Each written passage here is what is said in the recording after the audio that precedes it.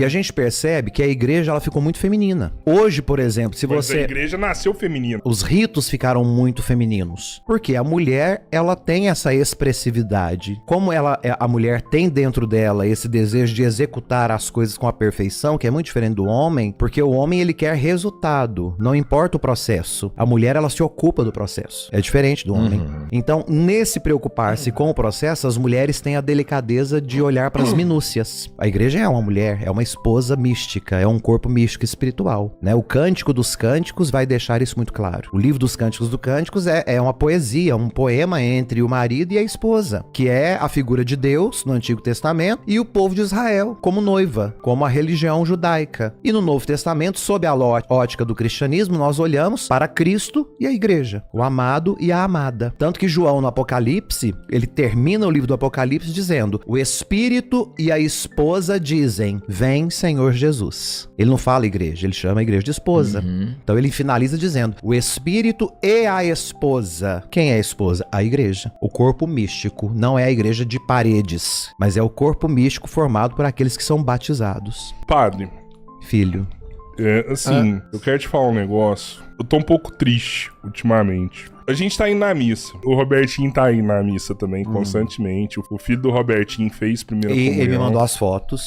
Assim, eu acredito muito em Deus. Eu acredito que tem algo. Mas eu, ultimamente, tô muito pensativo, assim. Esses dias eu tava até conversando com o Robertinho, assim, sabe? Acreditar que Maria é a porta do céu, não consigo acreditar. O Filho de Jesus tá lá esperando por nós. O Filho de Deus tá lá, Jesus, né? Esperando por nós. Eu não consigo, assim, sabe? E é uma parada, assim, que realmente tem me incomodado, sabe? Eu queria, sabe? Eu queria muito acreditar, assim. Eu não sei se eu continuar indo na missa, se eu vou conseguir realmente, sabe? Igual o Miorim. O Miorim teve aqui recentemente. Cara, o Miorim, velho, impressionante, assim. O quanto ele é católico. É revigorante ficar perto dele pela fé que ele tem. Quanto ele acredita em todos os ritos ali, o quanto tudo aquilo é importante pra ele, Mas é porque ele sabe? entende também, não é porque não te falta às vezes um pouco do entendimento?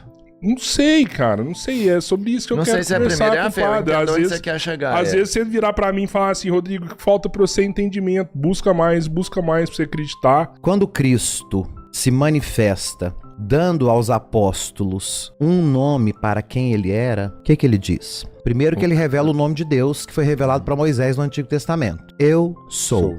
Esse é o nome de Deus. E Jesus vai completar. Eu sou o caminho, a verdade e a vida.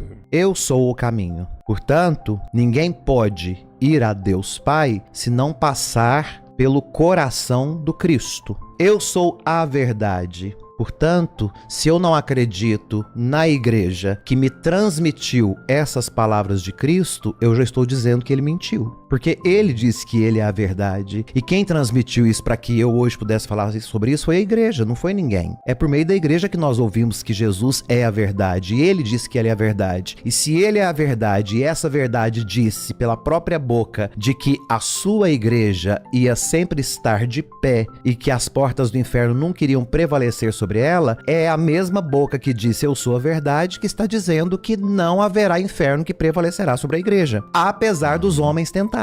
Então, quando nós falamos que o nosso descrédito da igreja está ligado à humanidade, eu concordo plenamente. Porque a igreja, como um corpo místico, ela é pura, ela é espiritual, tanto que ela está de pé há 2000 anos. Porém, os instrumentos que a conduzem visivelmente somos nós. Instrumentos totalmente falhos e muitas das vezes desnecessários. Por isso que Jesus deixa claro as portas do inferno. Mas de que Jesus está falando? Inferno, do latim, Sheol, no hebraico, Geena, no grego. Quem estudou um pouquinho de mitologia grega vai entender do que se trata o Geena, do que se trata o Sheol, que é traduzido por inferno, que é a ausência total de graça, a ausência total de divindade. Então veja, quando Jesus fala, ainda que por peso da humanidade tenta prevalecer sobre o corpo espiritual, não vai conseguir. Quando Jesus fala de inferno, as portas do inferno não prevalecerão, o inferno é justamente a ausência da graça. Que Santo Agostinho, no século V, vai escrever um tratado dizendo: de nada adianta você se esforçar se você não confiar na graça de Deus. Porque o que de fato nos salva e nos justifica é a vontade de Deus de nos salvar. Primeiro Deus se antecipa e deseja nos salvar. É o desejo salvífico que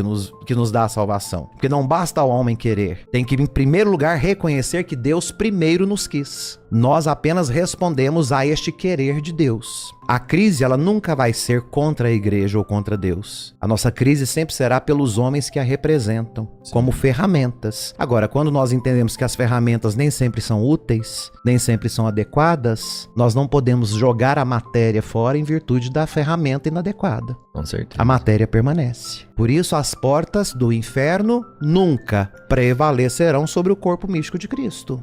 Então, ainda que a ferramenta humana seja infértil, desnecessária, corrompida, não irão prevalecer sobre aquilo que é divino, sobre a graça. E aí talvez a gente possa entender a sua pergunta. Quando você fala, por que eu deixei de acreditar? Como que esses dogmas da igreja, Maria, porta do céu, que é esse termo que eu uso muito, né? Acreditar em Jesus como Filho de Deus, eu volto na fala de Jesus. Eu sou o caminho, a verdade e a vida. Em que você acredita? Se aquilo que você acredita for verdadeiro, não pode haver uma verdade fora daquilo que o Cristo ensinou. Eu sou a verdade. A boca que proclamou que era a verdade me diz que a sua igreja é aquilo que vai me conduzir. E aqui nós vamos entender por que nasce na Idade Média, início da Idade Média, o axioma extra ecclesia nulla salus. Extra, do latim, o que está de fora. Ecclesia, a igreja. Nulla, nenhuma. Salus, de salvação. Então, fora da igreja não existe salvação. Da igreja, corpo místico. Por quê? Quem recebeu o depósito da fé? Aí nós vamos voltar na instituição de Pedro como cabeça visível dessa igreja. Por isso eu te digo, Simão, filho de João, que tu és Kéfas, pedra, rocha, firmeza. E sobre essa firmeza eu edificarei a minha igreja. E as portas do inferno nunca prevalecerão sobre ela. Veja que Jesus faz o que com Pedro? Muda o nome. Já responderam uma pergunta que vocês me fizeram. Por que o Papa tem que mudar de nome? Porque Pedro mudou de nome. Que é para demonstrar que o homem antigo já não está mais ali. Quem está é o que foi constituído por Cristo, na ação do Espírito Santo. Portanto, ao acreditar que Jesus é o Filho do Deus vivo, você já está proclamando a fé da igreja, porque foi isso que Pedro respondeu para Jesus. O que eles estão falando a meu respeito? Cada um respondeu o que estava ouvindo. Pedro entrou de rompante, porque ele tinha um rompante dele. Nós cremos que tu és o Messias, mas todo mundo crê. Todo mundo está esperando um Messias, mas que Messias era Jesus?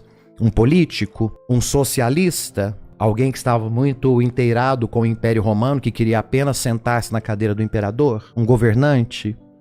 Pedro vai deixar claro, não é nada disso. Tu és o Messias, filho do Deus vivo. De um Deus que está vivo. Não é um Deus além, não é um Deus que está distante, não é um Deus que nos abandonou. Pelo contrário, a sua presença entre nós apenas vivifica em nós aquilo que nunca se apartou de nós. Santo Agostinho, no século V. Eis que eu te procurava fora, mas tu estavas dentro de mim. Eu me encantava com as tuas criaturas, que só existem graças à tua boa vontade. Tentava te encontrar no que estava exterior, enquanto tu habitavas o meu interior, muito mais do que eu mesmo. Porque Deus estava mais íntimo de mim do que eu mesmo. Você consegue enxergar ele dentro de você? Totalmente.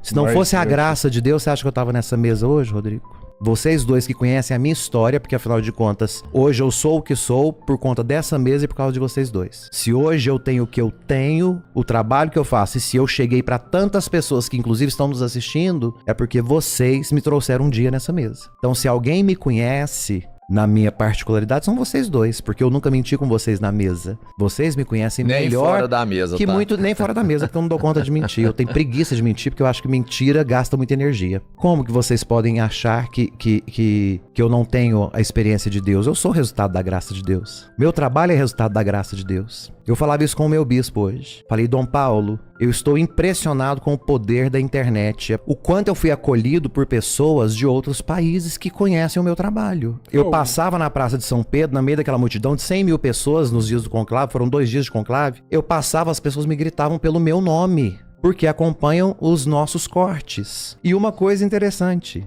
que eu falei isso pra vocês, mas talvez eu tenha falado de relampejo, vocês não se deram conta. Mande um beijo para os meninos. Então nós não estamos falando de qualquer coisa, nós estamos falando de nós três nessa mesa. Você chama o que aconteceu comigo de quê? No momento em que eu sou diagnosticado com uma doença degenerativa que me impede de continuar numa paróquia. Eu entrei numa paróquia virtual, alcancei pessoas que eu jamais imaginava que alcançaria. Cheguei na casa de pessoas que eu jamais chegaria se não fosse por estar aqui. Qual que é o nome que você dá ao que aconteceu comigo, Rodrigo? Não, isso é graça, isso é eu graça. até vou te falar Então, assim. de que você duvida? Eu não sei, assim, sabe? Eu Você pode ter suas dúvidas por não conhecer aquilo que você reza. Santo Agostinho vai dizer isso. Creia para entender, mas entenda para crer. Credes ut intelligas, intelligere ut credas. Então, creia para entender, mas entenda para crer. Quando nós não entendemos a fé, nós somos como crianças que precisam o tempo todo que coloque a papinha na boca. Paulo vai dizer isso. Quando eu era criança, eu comia comida de criança. Mas quando me tornei adulto, comecei a comer as coisas sólidas. Então não cabe a mim, que sou adulto na fé, continuar comendo papinha. Como muitos por aí querem viver como se fossem crianças na fé, comendo papinha, porque não tem coragem de se comprometer com a solidez, com aquilo que de fato precisa ser feito por adultos na fé, e querem viver como criancinhas na fé,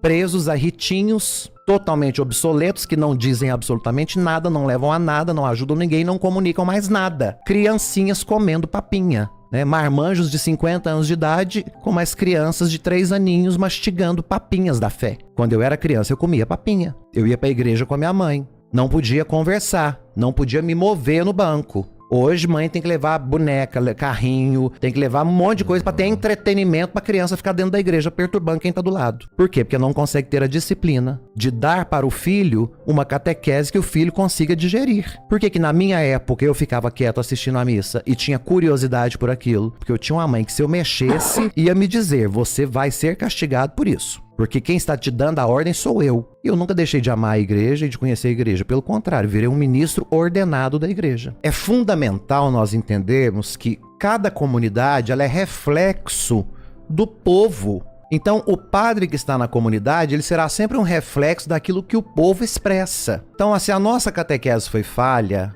porque hoje, como adultos na fé, nós podemos comer uma fé substancial, sólida. Naquela época em que nós recebemos a catequese, nós não tínhamos maturidade suficiente para compreender todas as coisas. Então não é a catequese que foi falha, é porque quando nós éramos crianças na fé, nós tínhamos que comer papinha da fé. Agora que nós somos adultos, nós buscamos o alimento sólido. O problema é que nós não buscamos o alimento sólido. Nós ficamos com a papinha até hoje e esperamos que alguém nos dê a papinha na boca. Agora, cabe a nós, enquanto adultos na fé, buscarmos a nossa fé. O Rodrigo perguntou: eu preciso conhecer melhor. Claro, a nossa obrigação é conhecer melhor. Ninguém ama o que não conhece. E eu não posso entender algo se eu não crer em algo. Então, primeiro eu preciso crer, amar, para depois entender. Mas para entender, eu tenho que ter a disposição de amar e de crer.